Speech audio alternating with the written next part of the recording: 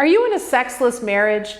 Were you in a great marriage at one point and really excited for each other, and then at a certain point you just stopped having sex and seemed to lose interest? Today you're going to learn 5 hidden things that lead to a sexless marriage. If you can start to deal with these issues with your partner, you're going to have a good chance of bringing some of the passion and connection back into your marriage. Hi, it's Gabrielle, and for over 12 years I've been a licensed professional counselor and relationship expert in private practice in Boulder, Colorado. And my practice is grounded in the science of what makes relationships work.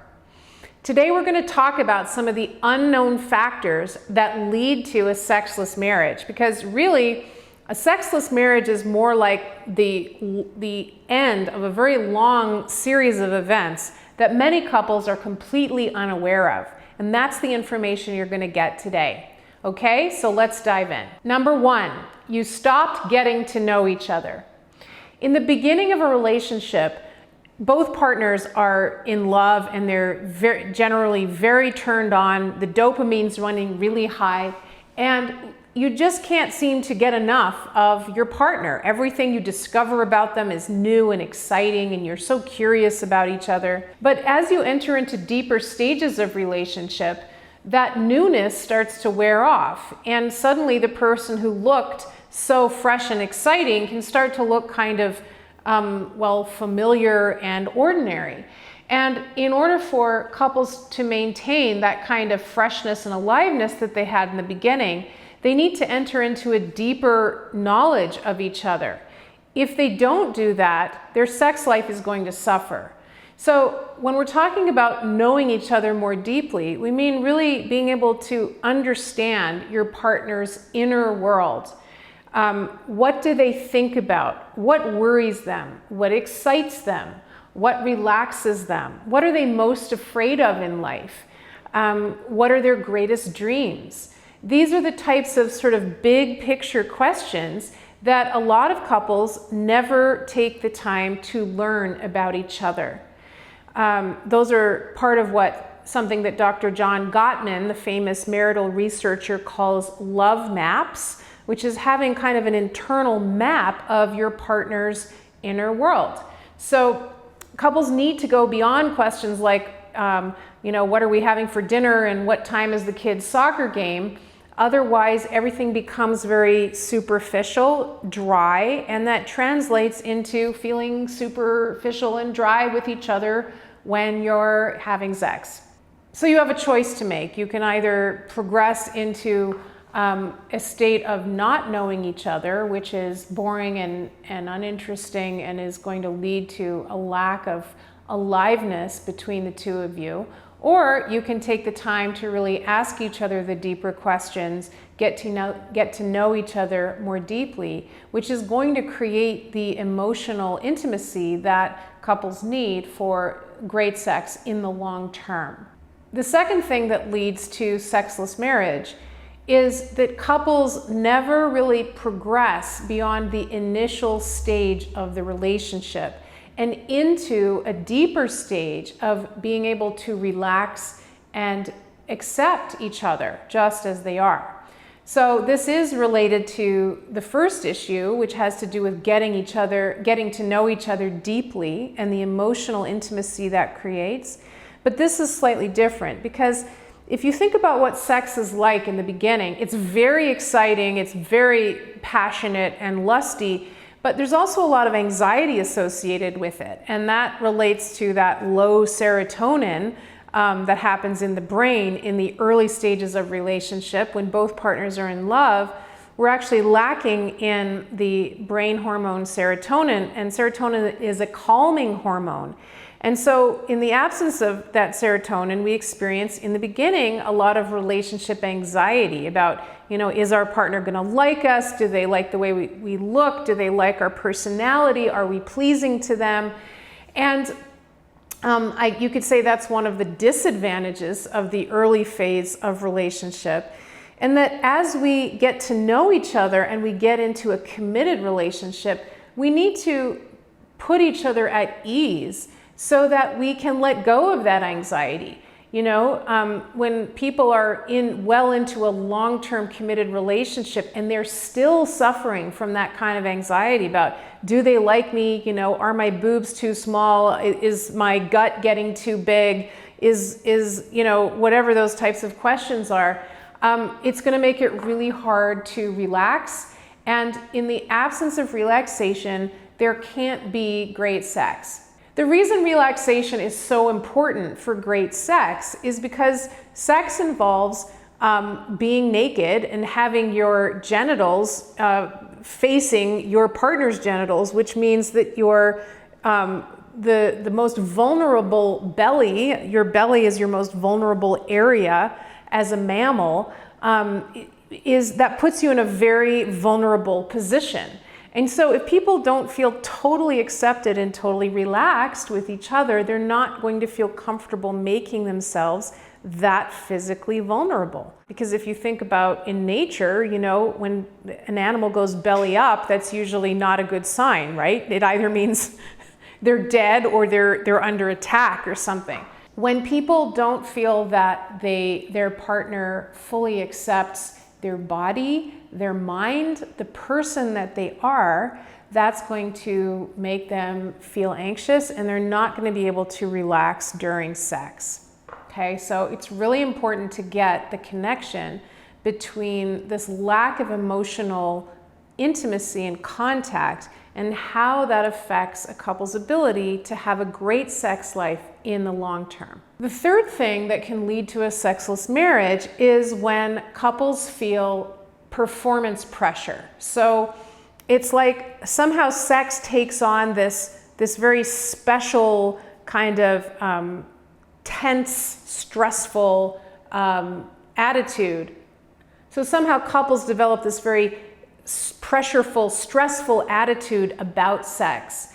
And mostly that has to do with what they think other people, meaning their partner, expect from them.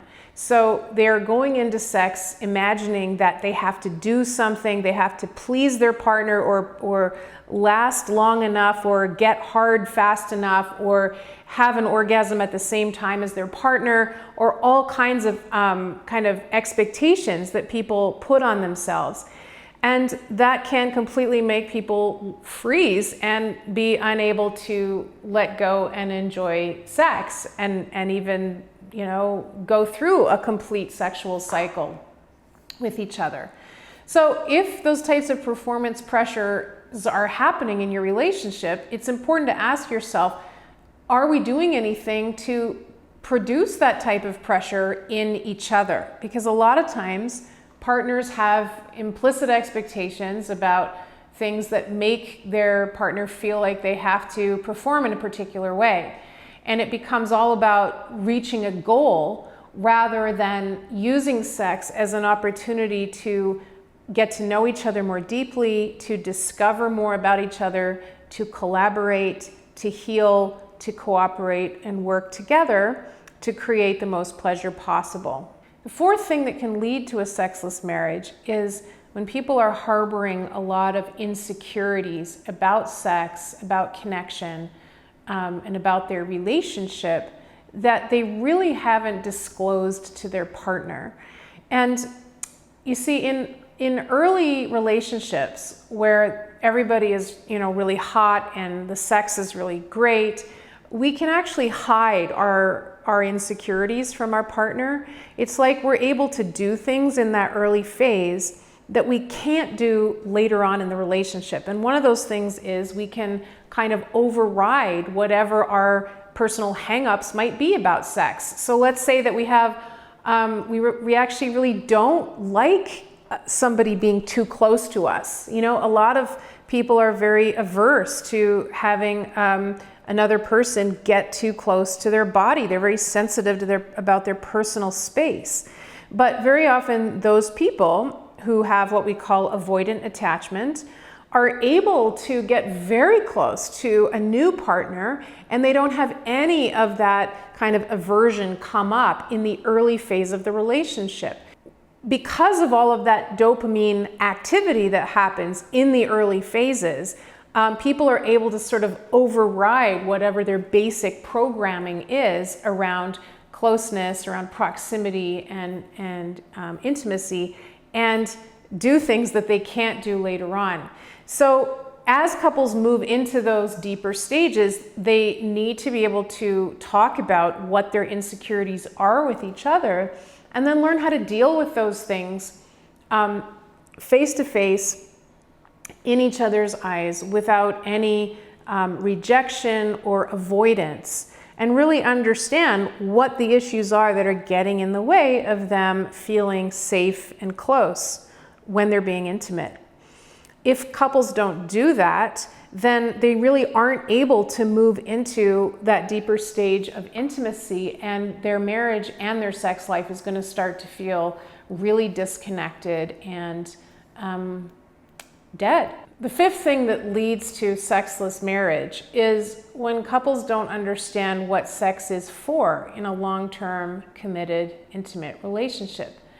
Sex isn't just for a quick pleasure high or just stress relief, although of course that's a wonderful thing for sex to do, but really it needs to be much more than that in order for it to work in the long run.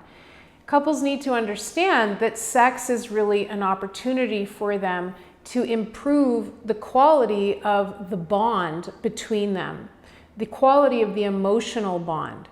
Sex is really just like everything else that the couple does. It's an opportunity for them to work together in a way that is sensitive, responsive, affectionate, warm, that puts both people at ease, where they both work together and they collaborate to create a wonderful experience for both of them.